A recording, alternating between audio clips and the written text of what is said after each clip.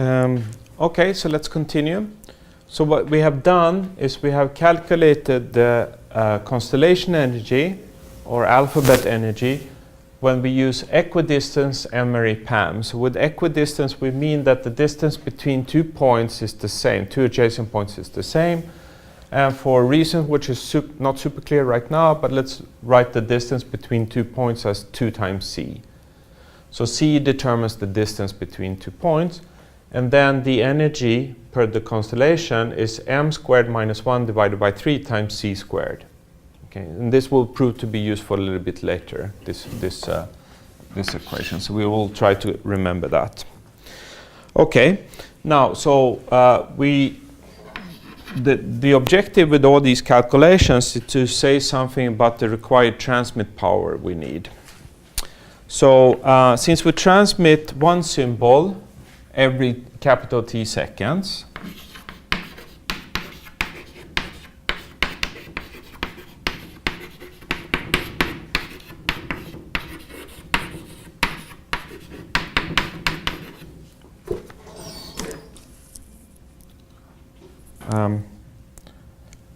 so to be clear, we transmit one symbol with energy, okay, no longer average energy, I just call it energy now, ES every T seconds.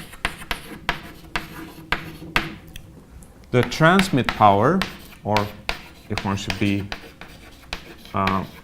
careful, maybe the average transmit power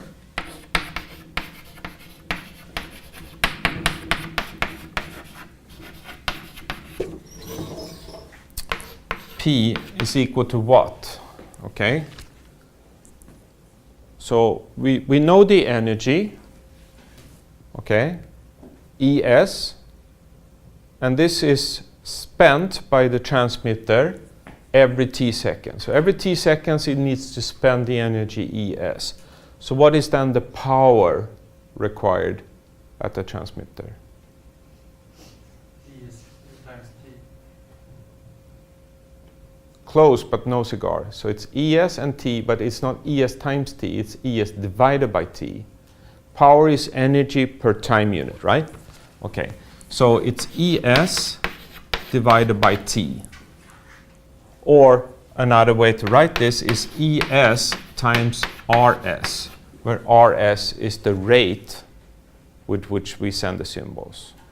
So, and that maybe it's a little bit easier to remember that the power is proportional to the energy, but also proportional to how fast, how often we transmit symbols. So we need more power if we increase the symbol rate, or if we increase the energy per symbol. And it's determined by the product of these two things. Okay.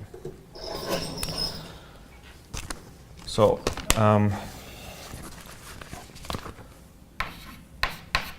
the formula P is equal to E times R applies also for bits.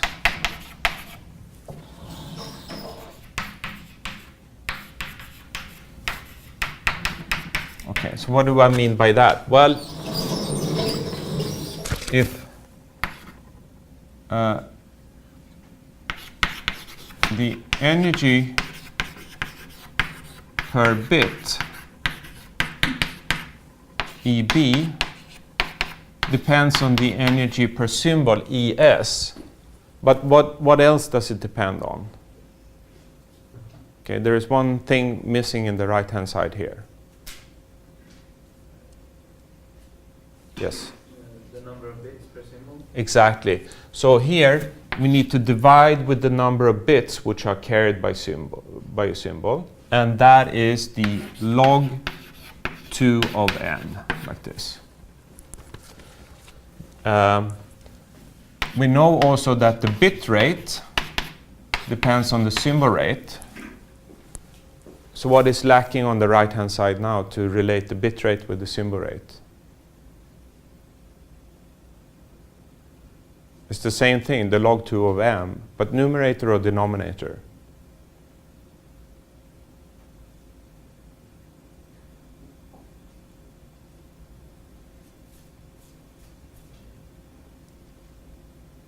Should I multiply or divide by log 2 of m? Multiply, exactly. Because we carry many bits per symbol, so the bit rate is higher than the symbol rate, and the factor is log 2 of m, like this. Okay, these things you need to somehow get comfortable with, right? The conversion factors between bits and symbols. Okay, and therefore P, which is equal to ES times RS, you can write that as EB. Okay, so ES is EB times the log 2 of m, like this, and RS is RB divided by log 2 of m, like that. And we see that the log 2 of m's cancel, so we have that P is also equal to EB times RB, right? And this is almost like a generic rule. If you want to have power, you get that by the product of the energy for something times the rate of that same thing, right?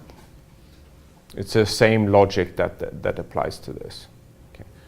Now proven here also. Okay. So what we have accomplished now is that we have figured out what the symbol energy is, and it's a product of the constellation energy and the energy for the pulse. We have related that to the power of the transmit power required from the transmitter, and this we will use later on to interpret some results. But I can already now say that the more power we have, the fewer errors we will make in transmission. Sort of makes sense, right? But that's one of the crucial parameters here. Okay, so let's continue now to look in the block diagram for PAM. So to go back a little bit.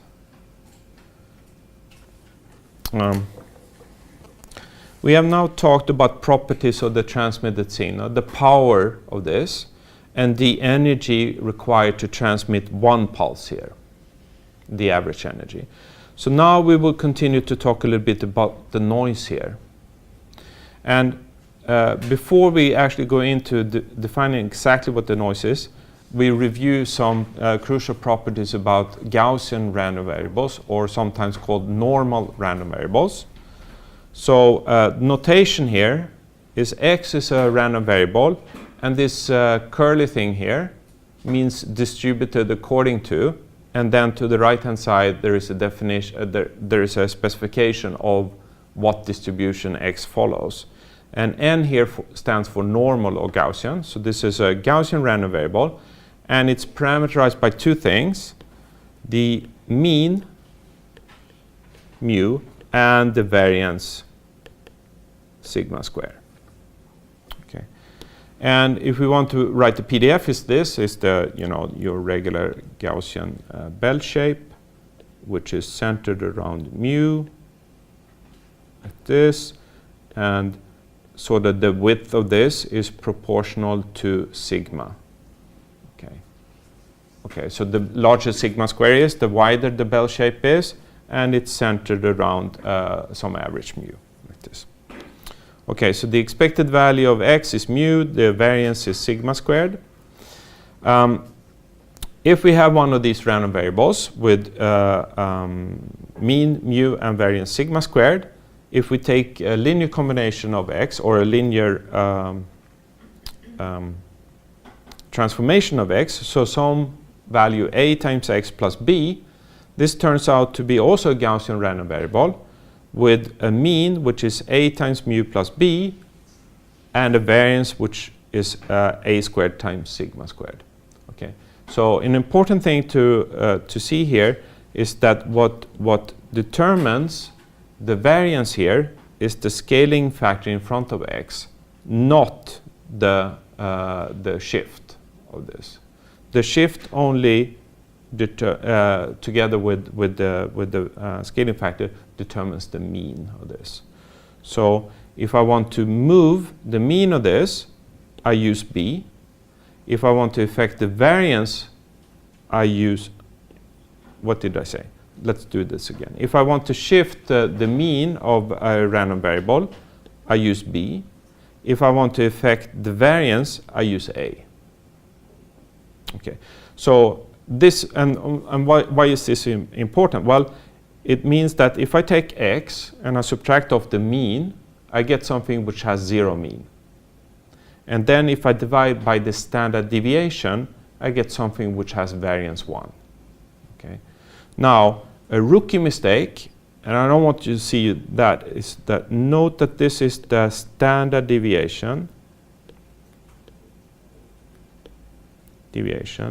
which is the square root of the variance. Okay, which in this case is the square root of sigma squared i.e. sigma. Okay, so please don't divide by sigma squared in these type of calculations. It's a, that will give you the wrong result. Okay, any questions? No. So Gaussian random variables, you've seen it many times before. And then one can also calculate then probabilities. And if I'm interested in the probability that y is greater than x, the tail of the distribution, where y is a standard Gaussian random variable, that means with 0 mean and variance 1. Okay. If it's variance 1, it's also standard deviation 1, but it's variance 1 which is important here. Then we have this bell shape. It's centered around 0. It has a width here which is determined by the standard deviation.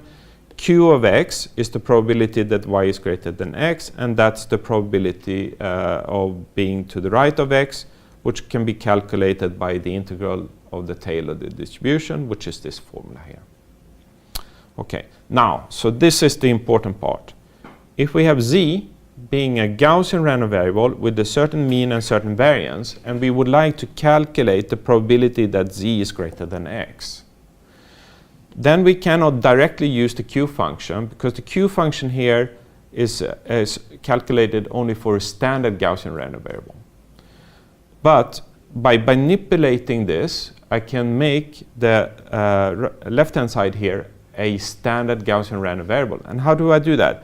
Well, first I take z and I subtract off the mean and then divide by the standard deviation. And if I do the same thing in the right-hand side, the probability here is the same as the probability here. Okay. So again, z, subtract off the mean, divide by the standard deviation, do the same thing on the right-hand side here, and then I can use the Q function, because this is then the argument to the Q function. Probability that y is greater than x when y is a standard Gaussian random variable. Here we have a standard Gaussian random variable, and this is then, you know, what used to be x up in this formula. Okay. So then we simply have Q. Okay. Super handy formula for calculating tail probabilities of any Gaussian random variable if we have a table, or in MATLAB this is called QFunc. Okay. QFunc in MATLAB.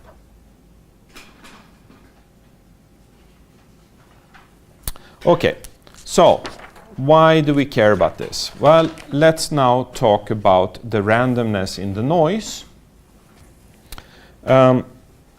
Here is the full scheme that we would like to analyze. So let's talk about the noise here. We will model the channel noise N as a white Gaussian noise. Okay, so what does that mean? It means that it's a zero mean Gaussian random process with autocorrelation function given by this. Okay, so that's a mouthful. So let's try to dissect what I actually mean by this, what is meant by this. Zero mean means that okay, first of all, if it's a random process, that means that if we take a sample of n, it's a random variable. Okay, So for any t, we have a random variable, and that random variable is a Gaussian random variable. Okay, so that's what meant by zero mean Gaussian random process, means that for every time sample, it's a Gaussian random variable, and it has zero mean. Then the autocorrelation function tells us about the correlation between two of these random variables, which are spaced in time by the value tau. Okay, so here we have the correlation between one random variable, n of t, and another random variable, which is n of t plus tau. Okay. Happens to be the same random variable when tau is equal to 0, different random variables when tau is not equal to 0. And this is equal to the right-hand side here, which is some factor n naught over 2, n0 or n naught, is the same thing. It's just two ways to say the same thing. N naught over 2 times a delta function. And so this is a Dirac delta function. Okay. So first, the constant in front of the delta function here is n naught over 2. And this is more for historical reasons. Why do we want to divide by 2? It's not clear to me, actually, but it's always been like that. Okay, so it's for historical reason. And not why it's called like that. It's also a little bit unclear, but it's always been called like that. So let's continue to use that. The constant here is also known as the power spectral density. I will not talk about what power spectral density is, but when you read a book or something else and it says, we have noise with white noise with power spectral density n naught over 2, then you know that the power spectral density, whatever is referred to as the power spectral density, is this n naught over 2. Okay. Questions so far? Okay. Then here's a little bit about the delta function. I will skip this, but the delta function is something which is very, very thin pulse, very high amplitude. It's a strange mathematical object. It's not a function itself. It's something called a distribution. There's a lot of beautiful mathematics under the hood here. We'll just completely ignore that in this course. Okay. And then just continue and hope for the best. And, it actually goes well, right? But there is a lot ifs and buts and so forth. But at the end of the day, this is the result. Okay, so I just simply claim that if n is white Gaussian noise with power spectral density n naught over 2, okay, so again, here I use the term n naught power spectral density, meaning that the autocorrelation function looks like this. Okay. If this is the case, then the noise here, if I take a sample of the noise, it's a Gaussian random variable with zero mean, infinite variance. Yeah, all right. So this seems hopeless, right? We have noise with infinite power. How can we ever defeat this, right? Turns out we can, but this looks like trouble. And it's trouble in two ways. The first most obvious thing is that it's a non-physical model, right? There is nothing in the real world which has infinite power, infinite variance. Okay? So it's a mathematical construct. We can think of it as something with a very, very high power, right? But if we want to be physical. But nevertheless, it's a very useful model that and what do I mean by useful model? I mean a model which predicts what's going on, right?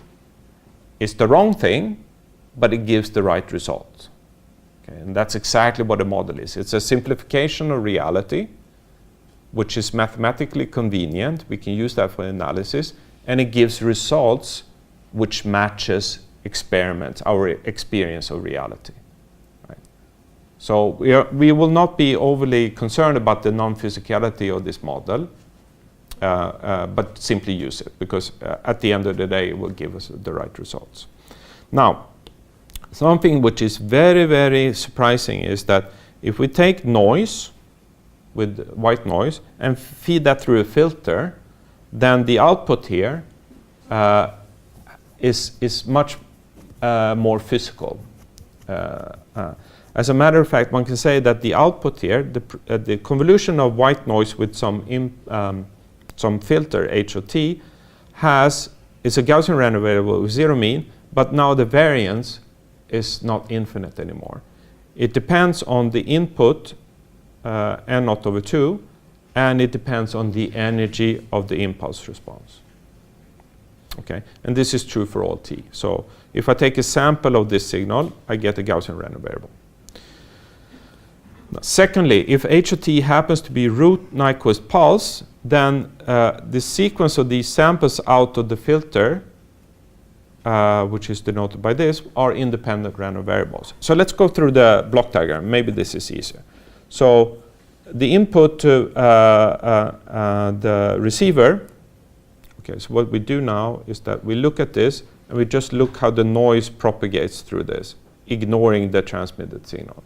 So if we only look at the noise at the input of the receiver, we have noise here, and it has infinite variance. It's white noise. It goes through this filter, okay, and then the energy of the impulse response here is EH. Even though I time reversed H and complex conjugated it, it doesn't change its energy. It just changes its appearance, right? But the energy remains the same. So the output here would be a Gaussian process with a certain variance. So when I sample that, I get a sample here, which is a noise sample. And that happens to be Gaussian, zero mean, with this variance. Okay. Then the next thing to do is to divide by the energy of the pulse. And by doing this, we change the variance to, okay, so by doing this, we change the variance. The input variance is EH times n naught over 2. Okay, so that's the input variance. If we then divide by EH, then the output variance is 1 over EH squared. Okay, so that's the scaling factor. If we multiply something with 3, we change the variance to be 9 times with a factor 9. Okay. If you go back a couple of slides, you see this, right? Okay, so then the input to the slicer is Gaussian, zero mean, and variance n naught divided by 2EH. Okay. So this is n naught over 2 times 1 over EH. Like this. Okay. So now we know what the input to the slicer is, the noise component. Okay. So this is important. Do we have any questions about this?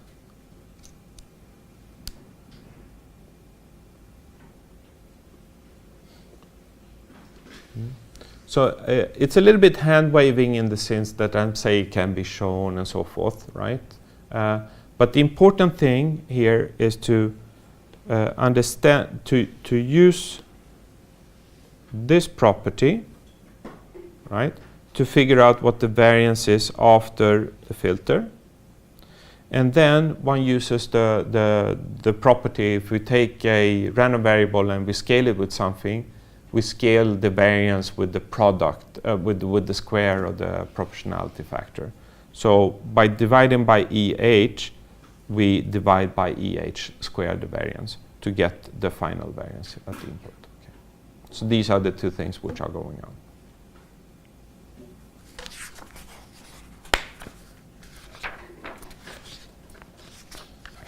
Okay, so if we then summarize what we know now, and we have now talked about how the data signal goes through the system, and we have talked about the noise that goes through the system. So now we have a complete description of what the input to the slicer is. So remember again, we have some bits, becomes amplitudes, becomes a signal. This is pulse amplitude modulation. There is some noise, we get the received signal. Matched filter, we sample it, we get some samples. We scale the samples, we get new samples we call Z, and then we go through the slicer, and then we have a guess on the data that we transmitted, we do a D mapping, and then we get the bits. Okay. So what we would like to do is, of course, to make A hat k equals AK would be nice. Okay. If it is not this, then we have made an error, right? And the probability of this event is known as the symbol error probability. Okay. The guess on the bits here, ideally we would like BI hat to be equal to BI. If it's not there, we've done a bit error, and the probability of that event is the bit error probability. Okay.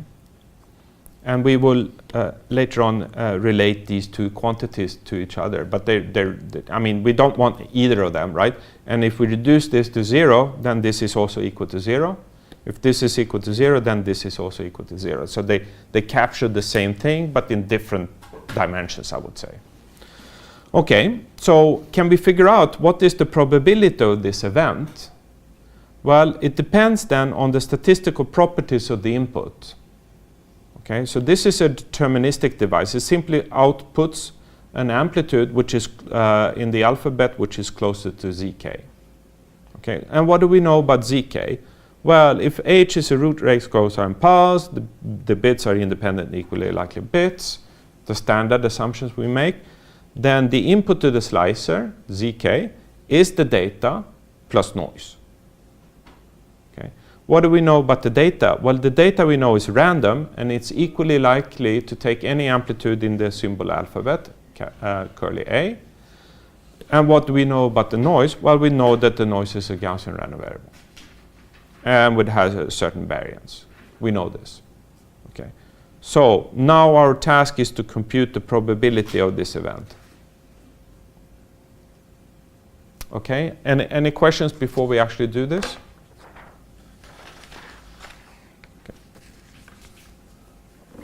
Okay, so let's get to it.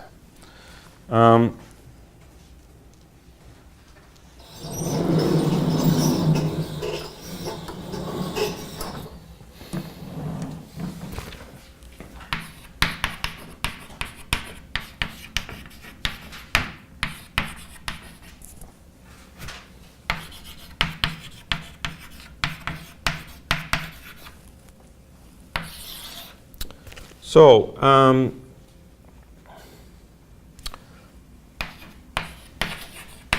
let's drop time index. Okay, and just look at one particular symbol. And since no symbol is different than the other, this is without any loss of generality. So we write that C is equal to A plus N. Okay. So Z is the input to the slicer, A is the data that was transmitted, and N is the noise. And we know that for simplicity of notation, we will write the variance of the noise as sigma squared, just to say. Yes? When you write in blue, you have B I hat non-equal B I, and in the end there you have bi hat non-equals bi hat, so it's not the same equation. Oh, okay. Very good. So one of them is, I mean, this is nonsensical, right? The probability for this is 1, or 0, I mean. So it should be. And the one before that as well. Thank you. Yeah. Thank you. Thank you. Good. Very observant. Yeah. Okay, so Z, the input to the slicer, is the data plus noise. Data is random, noise is random. Okay. Let's look at an example of this. When m is equal to 8, we have equidistance PAM. So we have 8 points which are spaced by 2c. So C, 3c, 5c, and 7c like this. We have minus c, minus 3c, minus 5c, and minus 7c like this. These are the points we have. Now, we have decision boundaries here. And the decision boundaries are in between adjacent signal points. So we have a decision boundary between the point minus 7c and 5c here. And we have corresponding decision boundaries as we go like this. Okay. So the distance from a point to the closest decision boundary is c. The distance between 2 points is d, which is 2c. Okay, so this is the geometry we work with. Now let's define an error probability, the conditional error probability. And it's conditioned on that we transmit a particular symbol. So we can think of that. Suppose I transmit this point. What is then the probability of error? That is the conditional error probability. Okay. So let me write this up. Conditional error probability. PE vertical bar K is the probability that A hat is not equal to capital AK conditioned on the event that A is actually equal to AK. Okay. So to dissect the notation here, we have a probability of an event, the probability that A hat is not equal to AK, given that A is equal to AK. So another way to say that is that we say, okay, we only study the case when the transmitted data A is equal to capital AK. Okay, so we fix that. What is then the probability that we make an error? Okay, and that's the conditional error probability. And typically this depends on K. So the error probability is different for different signal alternatives here. Okay. The average error probability is then actually the average of these probabilities. So it's a sum from k equals 1 to capital M. The conditional error probability times the probability that A is equal to AK. Okay, so that's how we arrive to the average error probability. So it's easier actually to calculate these, and once we have them, we just simply put them into this formula and then we get the result. The last factor here is equal to 1 over m for equally likely independent bits.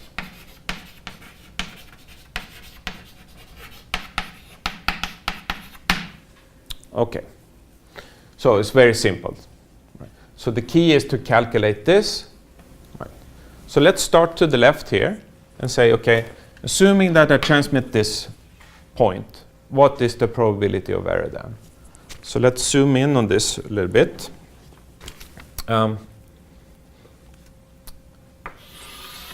We have the point, the leftmost point here. I mean, in general, it would be placed at some distance from the origin. That's not important. I just put it down here. Then there is a decision boundary to the right of it at distance C, right? So if we zoom in on this point, if I go C to the right, I reach the decision boundary. Now, if we condition on the event that we transmitted this pulse, that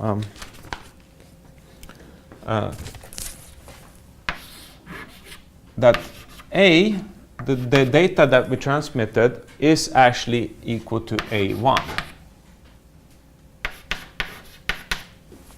Then we know that the data that we transmitted is A1. So what do we know about the received point, Z? Well, it is what we transmitted plus the noise. Okay. So we will end up here on the average because the noise is zero mean, but the noise will move the A to Z.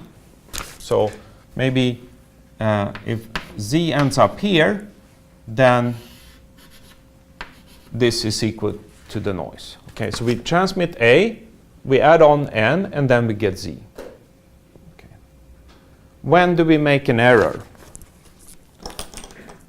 Well, we make an error if we end up in the wrong decision region.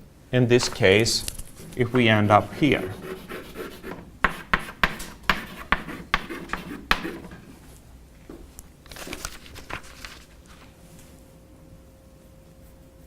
Okay, because if the received point Z is closer to A than to any other, then we make a correct decision. So if we're to the left of the decision boundary, we're okay.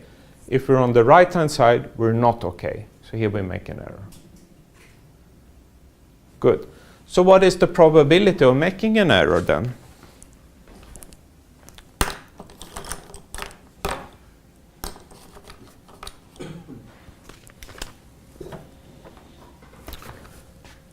So the probability of an error condition on that we transmit the first signal point, PE vertical bar 1. Okay. It is the probability that the noise is greater than C.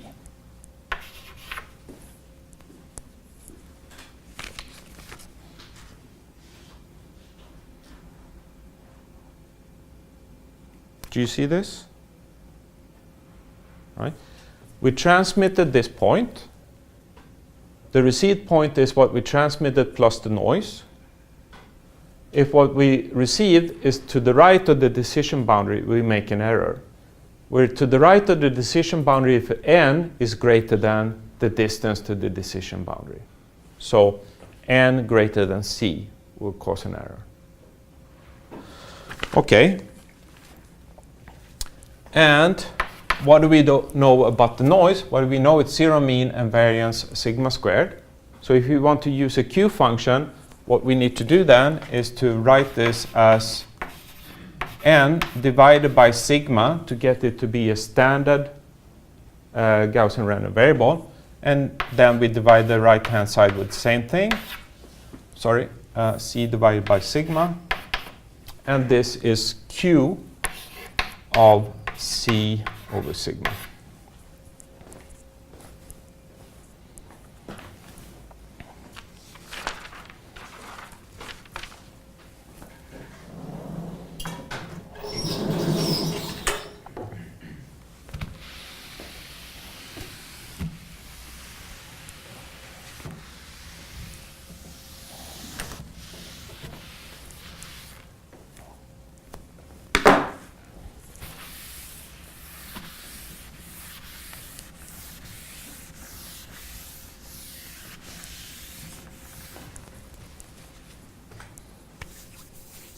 Okay, so now we know the conditional probability of error if we transmit the first signal point, the one to the far left here. Now, due to symmetry, it would be the same as the probability of error we will get if we were on the right-hand side of the constellation. The only thing is that then the noise should go to the left with the distance larger than c, but since the noise is zero mean, it will be the same probability. So what remains now is to say, okay, suppose it's one of these middle points, what is the probability of error for those? And all the middle points are the same because the distance to the decision boundaries are the same for all of them. Okay.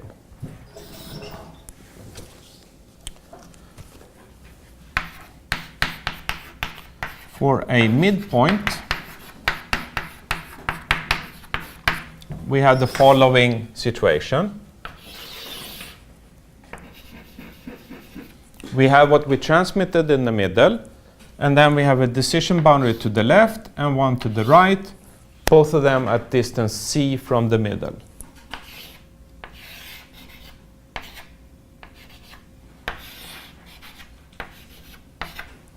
Okay.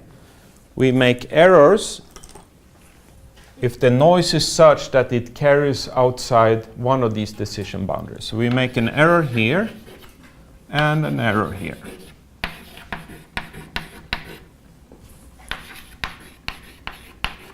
Okay. So what is the probability that we end up here? Well, we just calculated that to be this. Okay. So with probability Q divided Q of C divided by sigma, we end up to the right. With probability Q C divided by sigma, we'd end up to the left. And the total probability of error is the sum of these two things. Okay.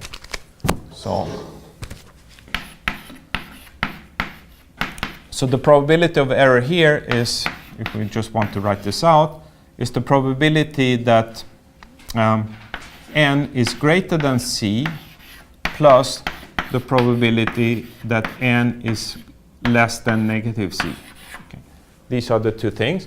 Either it puts us to the right of the decision boundary or to the left of the decision boundary. And this is 2 times q c divided by sigma, like this.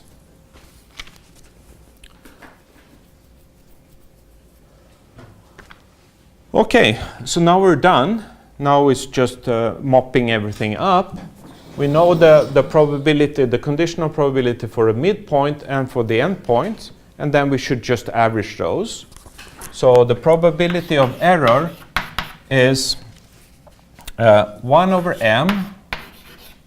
Okay, so that's the number of different points we have, and then we should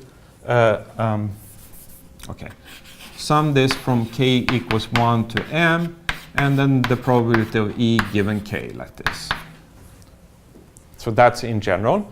Now it's 1 over m, and then we have 2 points which are endpoints, and then 2 times the probability of the error in that case. So it's 2 times q c over sigma. So these are for the endpoints. And then we have m minus 2 inner points times 2 q c over sigma. Because 2 times q c over sigma is the probability of error for the midpoints.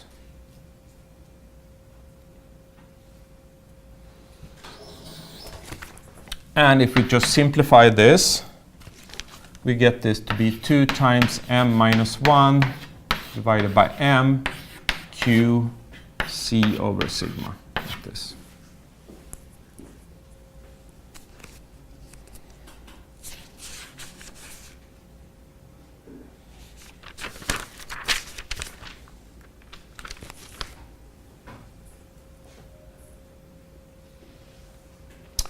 Okay, now there was this important formula that I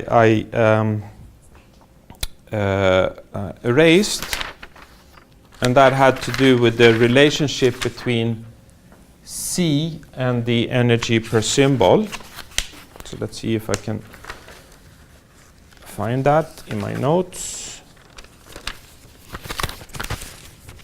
First of all, we can rewrite this as we take the square root of the, okay, C is positive, sigma is positive, so we can take this as being the square root of the square. C squared divided by sigma squared, like this. Okay. Now we know that C squared is related to the constellation energy like this. It's 3EA over m minus 1, m squared minus 1. We know that sigma squared is equal to this, n naught over 2EH.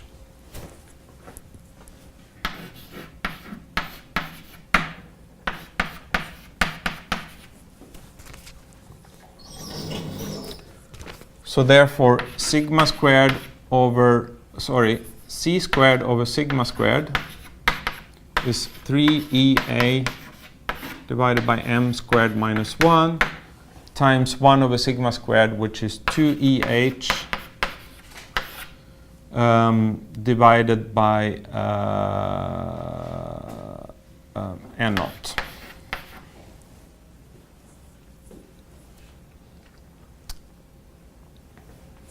So this is then 6 divided by m squared minus 1 times EA times EH divided by n naught.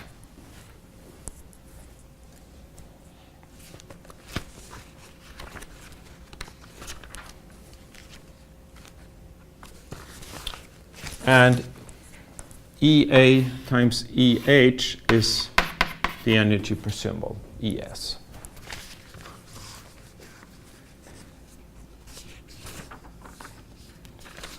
Which means that we arrive at a very simple end result, namely that this average symbol error probability is 2 times m minus 1 divided by 2q of 6 divided by m squared minus 1 times ES over n naught, and the square root of this.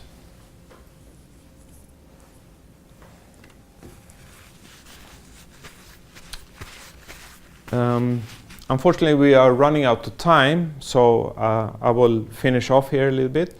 And the remainder of the lecture that we didn't manage to do today, slides and so forth, we'll do that tomorrow. Okay? Because now we have arrived to a result, and let's interpret the result. What does this really mean to us from an engineering point of view? But we'll do that tomorrow. So are there any questions before we break? It's generally a stupid question when lunch is the alternative, right? Okay. Well, I'll see you tomorrow then.